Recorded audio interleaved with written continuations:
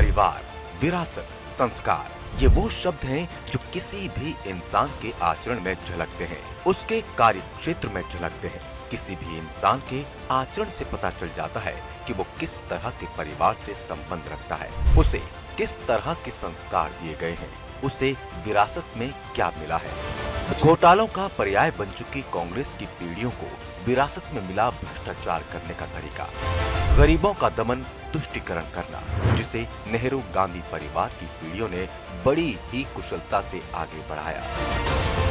इंदिरा गांधी ने नेहरू से मिली भ्रष्टाचार की विरासत को बड़े ही शानदार तरीके से आगे बढ़ाया। साल 1974 इंदिरा गांधी की सरकार में जो मारुति घोटाला हुआ, उसमें इंदिरा गांधी ने नियमों का उल्लंघन कर लाभ पहुंचाया।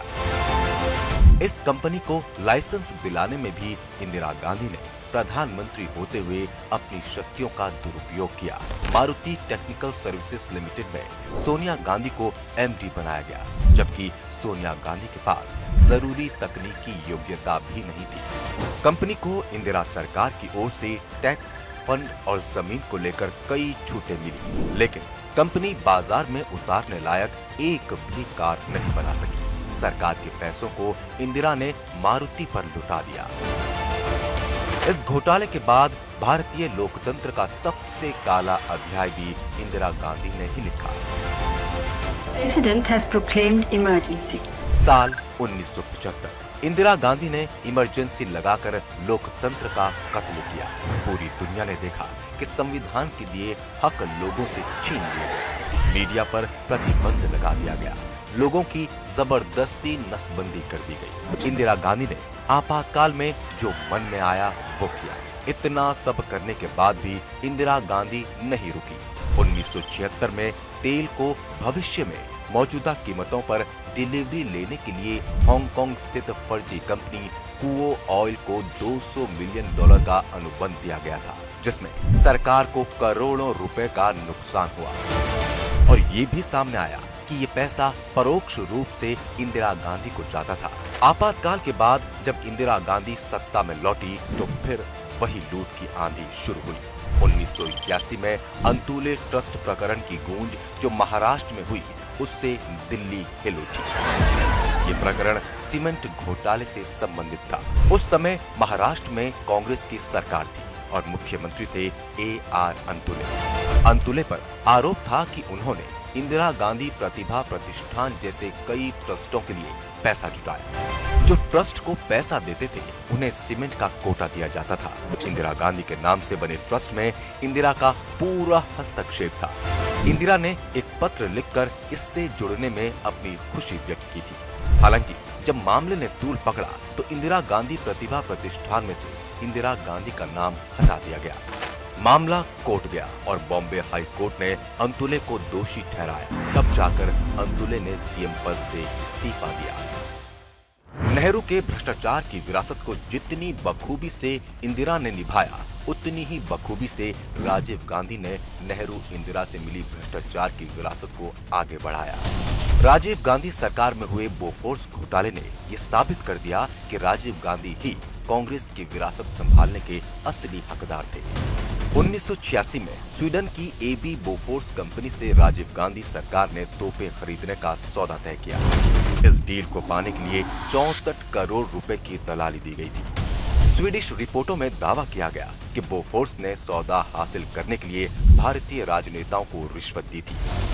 इस घोटाले से जुड़ा बिचौलिया एक इतालवी व्यापारी ओटावियो क्वात्रोची था। क्वात्रोची राजीव गांधी के परिवार का करीबी था और 1980 के दशक में राजीव गांधी सरकार के लिए दलाली का काम करता था।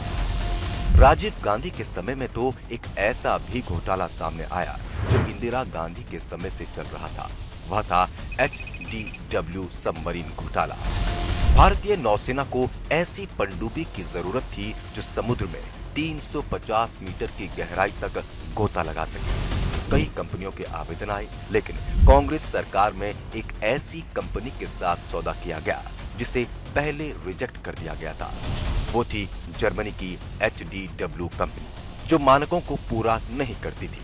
फिर भी कांग्रेस ने कंपनी से ज्यादा कीमत पर सौदा किया क्योंकि वो कमीशन दे रही थी। इस मामले का जब खुलासा हुआ और कंपनी से कीमत कम करने के लिए कहा गया तो 24 फरवरी 1987 को बॉन में भारत के राजदूत जेसी अजमानी ने उस वक्त के रक्षा मंत्री वीपी सिंह को एक गुप्त टेलीग्राम भेजा जिसमें कहा गया था कि जर्मन कीमत कम करने के इच्छुक नहीं थे क्योंकि टेंडर हासिल करने के लिए उन्होंने 7% का कमीशन चुकाया था।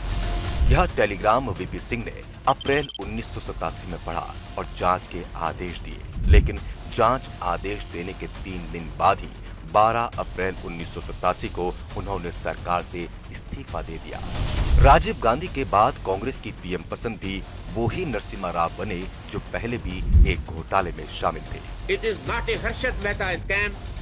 It is a PV Narasimha Rao scam. England में पिकल किंग कहे जाने वाले गुजराती एनआरआई लखू भाई पाठक ने भारत में नरसिम्हा राव के तांत्रिक दोस्त चंद्रा स्वामी और उनके साथी KN अग्रवाल उर्फ मामाजी के खिलाफ धोखाधड़ी का केस दर्ज करवाया था।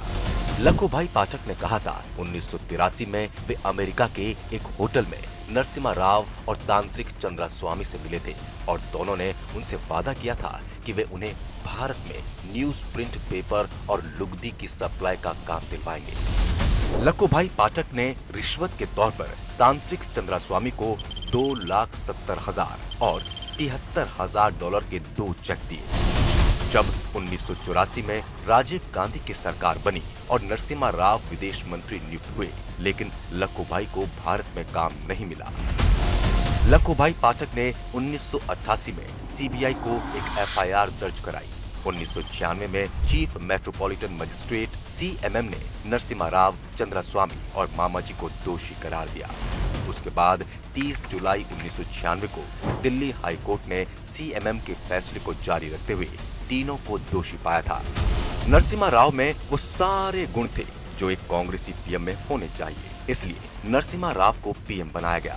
कांग्रेस की नरसिम्हा राव सरकार में सबसे पहले सामने आया हवाला स्कैंडल।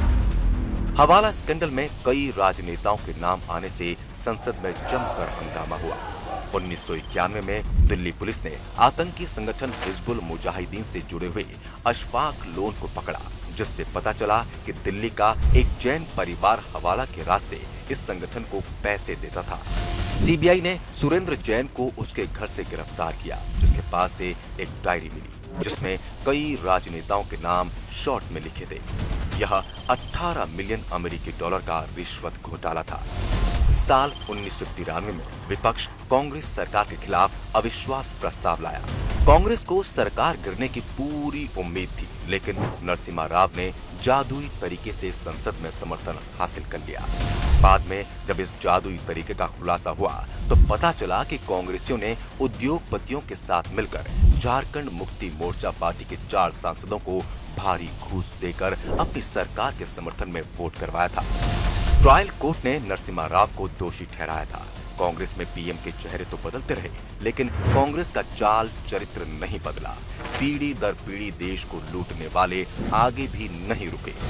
जब सोनिया राहुल के समय में कांग्रेस को देश की बागडोर मिली तो एक रिमोट से चलने वाले को पीएम बनाकर किस तरह देश को लूटा गया, इसकी कहानी अभी बाकी है।